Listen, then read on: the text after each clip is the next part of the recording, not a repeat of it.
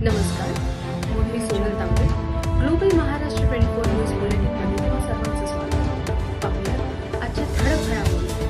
फक्त ग्लोबल महाराष्ट्र 24 वृत्तवाहिनीच्या आपल्या हक्काचे विचार.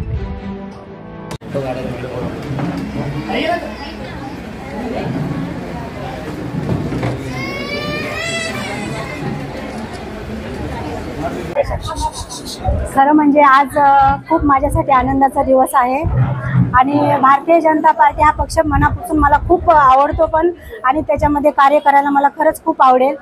आणि आज ही सगळ्यांच्या आशीर्वादाने जी मला सुवर्ण संधी मिळाली आहे या पक्षाच्या बांधणीसाठी, या पक्ष वाढण्यासाठी काम करण्याची, त्याचं मी सोनं करील आणि मनापासून 100% प्रयत्न करील आणि काम करील भारतीय जनता पार्टीसाठी.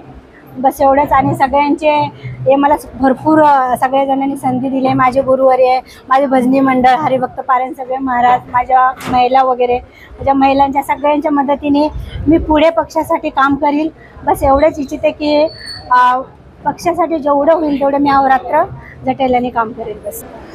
आपल्या जिल्ह्याचे अध्यक्ष माननीय नंदू परबजी सर, तसेच आपले जिल्ह्याचे मंडळ अध्यक्ष माननीय अतिश सर आणि राजन दुबेजी, जे माननीय राजन दुबेजी सगळ्यांचे आमचे आवडते दादा आहेत.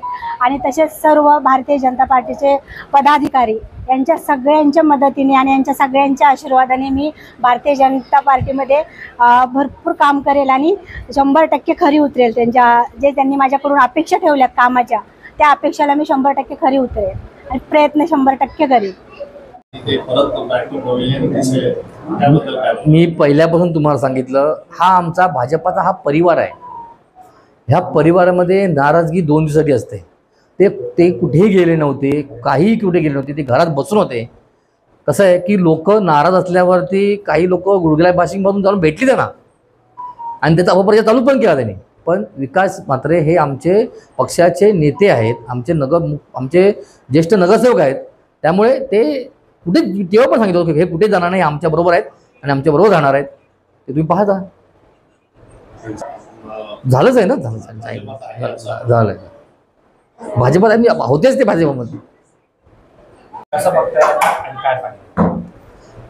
आता आपण सर्व बघतच आहेत की ह्या 4-5 दिवसात जवळजवळ 100 ते 150 कार्यकर्ते भारतीय जनता पार्टीमध्ये प्रवेश झाला आहे. हा सर्व करिश्मा आहे ना, हा सर्व करिश्मा चव्हाण साहेबांचा आहे. त्यांनी जसं भाजपाचं प्रदेशाध्यक्ष पद घेतलं, त्यांच्या सांगण्यावरनं त्यांच्या भेटून हे सगळे पक्षप्रवेश होत आहेत. म्हणजे आम्हाला असा नेता आता लाभला आहे की ज्याला तोड नाही आहे. येत्या काही काळामध्ये महानगरपालिकेचे निवडणुका लागतीलच.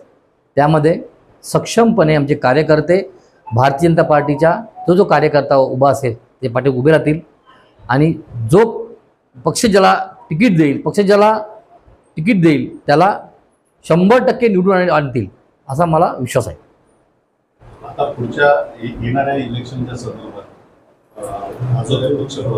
किती फरक पाडू शकेल असं वाटतं? आता तुम्ही पाहतच आहे की आपल्या ह्या जे मंडळ आहे, म्हणजे आशिष चौधरी, म्हणजे कल्याण ग्रामीण मंडळ 2 जे मंडळ अध्यक्ष आशिष चौधरी आहेत, यांच्या मंडळामध्ये ज्या भागामध्ये थोडंसं कार्यकर्त्यांची कमी होती त्या भागातले आशिषजींनी तिकडे जाऊन त्यांच्याशी चर्चा करून तिथले असंख्य जो 150-200 कार्यकर्ते आज भाजपमध्ये आशिषजींनी प्रवेश करून घेतले. त्यामुळे जे वार्ड आमचे कमजोर होते, ज्या ठिकाणी आमचं कमकुवत आहेत किंवा आम्ही लढलो शकलो नाही किंवा आम्ही हरलो, अशा ठिकाणचे कार्यकर्त्यांना घेऊन आम्ही तिथे तो वार्ड सक्षमपणे निवडून आणू यासाठी सगळी बांधणी चालू आहे.